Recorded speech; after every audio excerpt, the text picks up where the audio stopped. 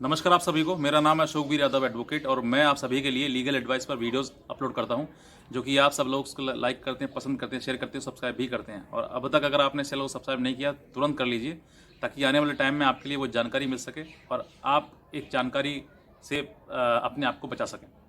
तो बहरहाल आज हम बात करते हैं एक इसे ही टॉपिक पर। कल मैंने एक वीडियो बनाई थी जिसमें मैंने बताया था कि जो सेक्शन 498A का केस है, जो कि आपके ऊपर झूठा केस किया हुआ है, उसको ज़्यादा लंबा ना खींचें। ज़्यादा लंबा समय ख़राब करने से बेहतर है कि उसको जल्दी से जल्दी डिसाइड करें, करवाएं, और करवाने के बाद जो निर्णय आएगा वो आपको देखना है।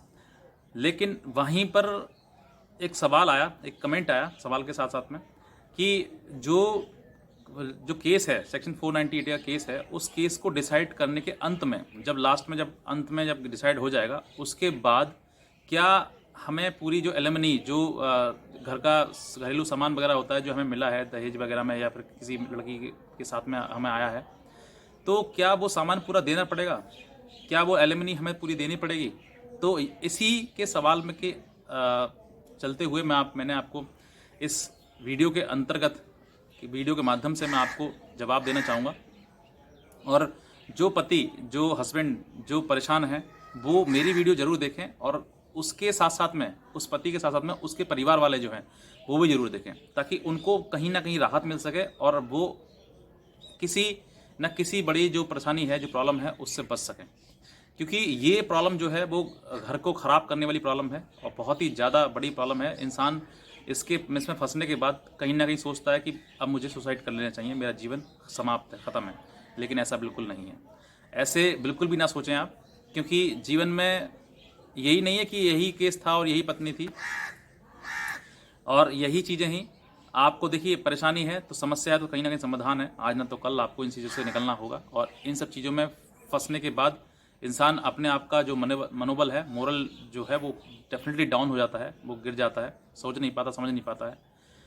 लेकिन यहाँ पर मैं आपको ये बताना चाहूँगा कि जब सेक्शन 498 का आपके ऊपर केस हो जाए, तो आप बिल्कुल भी घबराएं ना। सबसे पहले अपने आप को संभालें, अपने परिवार को संभालें, परेशान बिल्कुल भी ना हो। ये आपके साथ हुआ है, ऐसा नहीं है कि आप ही के साथ हुआ है। बहुत लोग हैं ऐसे, बहुत हस्बैंड हैं जो आज के टाइम में ऐसे फंसे हुए हैं, क्योंकि कानून कुछ ऐसी बना दी गई है जिसकी वजह से बहुत परिवार, बहुत पति जो हैं वो अपने आप को असहाय महसूस करते हैं और फंस गए हैं ऐसी चीज़ों में।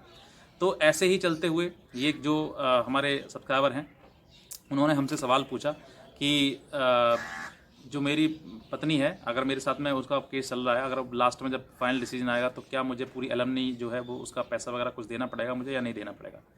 तो इसी के चलते हुए हम इस टॉपिक पर बात कर लेते हैं। लेकिन उससे पहले मैं आपसे ये निवेदन करना चाहूँगा कि आप इस चैनल पर नए हैं तो तुरंत सब्सक्राइब कर लीजिए।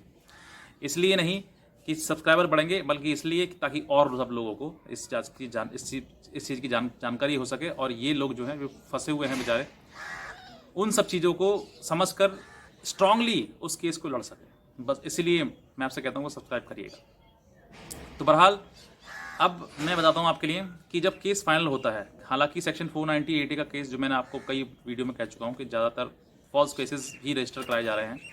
और फॉल्स केसेस में क्या होता है कि फाइनली वो लड़ती तो है, पत्नी जो है आपकी लड़ती तो है लास्ट तक, लेकिन लास्ट तक उसको कुछ नहीं मिलता है।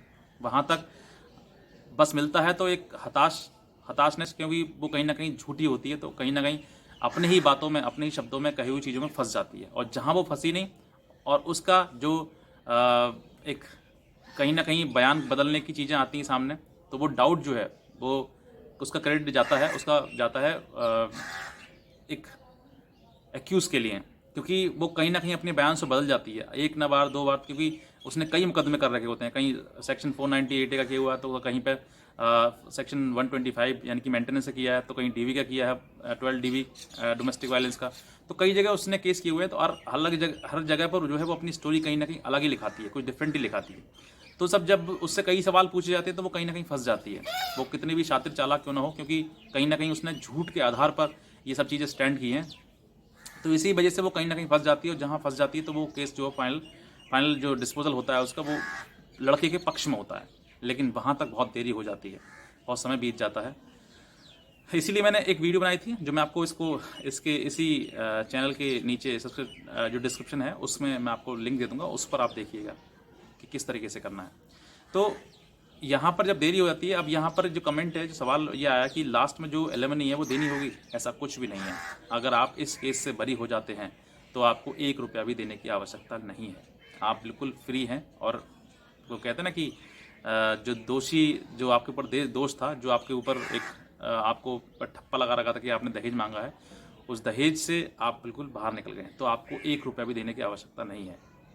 लड़ाई थी आपकी, आपके ऊपर केस का दहेज का मुकदमा किया गया था कि आपने दहेज मांगा है, आपने क्रूअल्टी की है, आपने मार पिटाई करी है, ऐसी चीज़ों को वो आपके ऊपर केस लगाया गया। और लास्ट में जो है वो फाइनली अब आप उस चीज़ से बरी हो गए, यानी कि आपका कोई भी दोष उसमें नहीं था, आपकी कोई गलती नहीं थी और आपको ज़बरदस्ती झूठन फंसाया गया था। तो ऐसे समय पर आपके ऊपर कोई भी एलिगेशन नहीं बनता है और हाँ, आप इस चीज़ से बरी हो गए तो अब आप फ्री हैं, लेकिन इस केस से फ्री हैं। लेकिन अगर पत्नी आपके साथ में है या फिर आपका डाइवोर्स नहीं हुआ तो फिर आप जुड़े रह जाएंगे। तो कहीं ना कहीं इसके आधार पर आप आगे बढ़ें और एक इसके जो केस फाइनल हुआ है, क्योंकि आपको फंसाया गया, आपके परिवार को फंसाया गया, इतने साल परेशान किया गया, इतना पैसा, बदनामी, बहुत सारी चीज़ें हुई हैं। तो ऐसे समय पर आप उसके ऊपर मानहानि का केस भी डाल सकते हैं, क्योंकि लास्ट में जो फाइनल जब ख़त्म हुआ है तो वहाँ पर आपने अपने आप को साबित किया और आप साबित हुए सही, सच, लेकिन जो लड़की थी वो गलत साबित हुई। तो उसके आधार पर अब आप सेक्शन 498A के ही कॉपी लेकर, जो आपके पक्ष में आया है उसी के उसको कॉपी लेकर आप लड़की पर मानहानि का केस भी कर सकते हैं। और इसी के आधार पर, इसी ग्राउंड के आधार पर आप डाइवोर्स यानी कि 13A हिंदू मैरिज एक्ट में आप एक केस फाइल कर सकते हैं, जिसके तहत पर लड़की से आप डाइवोर्स भी ले सकते हैं। तो ये चीज़ें हैं और यहाँ पर किसी प्रकार की, मैंने आपको बताया कि डरने की या घबराने की आवश्यकता नहीं है। आप स्ट्रांगली लड़िए, जी जान से लड़िए, क्योंकि गलत आपके साथ हुआ है तो कहीं ना कहीं आप चीज़ों को समझेंगे भी और जब लड़ेंगे तो आपको चीज़ें को समझ में आएंगी। और कोई भी और जानकारी चाहिए तो आप अपने जो वकील साहब हैं, एडवोकेट साहब, उनसे संपर्क कर सकते हैं, या फिर आप हमसे कोई लीगल एडवाइस लेना चाहते हैं तो आप हमारे दिए हुए नंबर पर ही संपर्क कर सकते हैं। तो बस मैं इतना ही कहना चाहूँगा। बाकी आप अगर नए हैं तो चैनल को सब्सक्राइब जरूर कर दीजिएगा और शेयर कर दीजिएगा अपनी वीडियो अपने रिश्तेदारों तक और अपने अपनों तक, जो कि इस चीज़ से जागरूक हो सकें और जानकारी पहुँच सके उन तक। तो बहरहाल आज की वीडियो के लिए आप सभी का बहुत बहुत धन्यवाद।